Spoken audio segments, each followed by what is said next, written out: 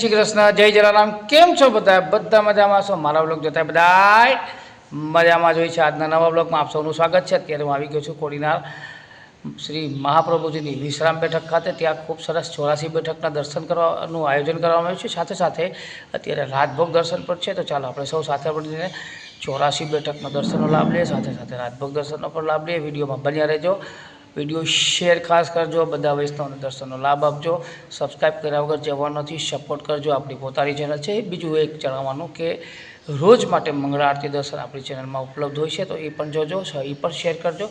જય શ્રી કૃષ્ણ।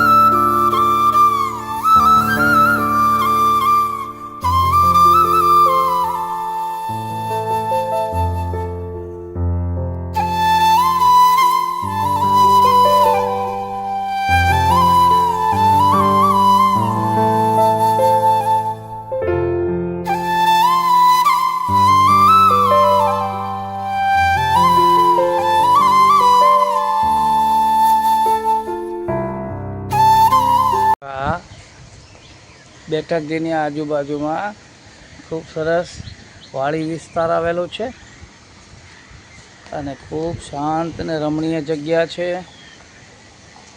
અમારા ધ્યેયભાઈ છે. આજુબાજુમાં વાડી વિસ્તાર છે. અહીંયા એકદમ નીરવ શાંતિ હોય છે. સામે જે તમને નદી દેખાય છે, જો આ સિંગોડા નદી છે. હમણાં લેટેસ્ટમાં સામે જે દેખાય છે એ કોઝવે બન્યો છે. ચોમાસા દરમિયાન અહીંયા આવવામાં બહુ તકલીફ પડતી. આ રીતની અહીંયા જગ્યા છે. અહીંયા હિંચકો છે. હિંચકામાં ઢેરિયાભાઈ છે જે હિંચકાનો આનંદ લઈ રહ્યો છે. આજે છે છુટ્ટી. આ ઉપર ખૂબ સરસ મજાનો વડલો છે. તડકામાં છાયા નીચે બેઠા છીએ.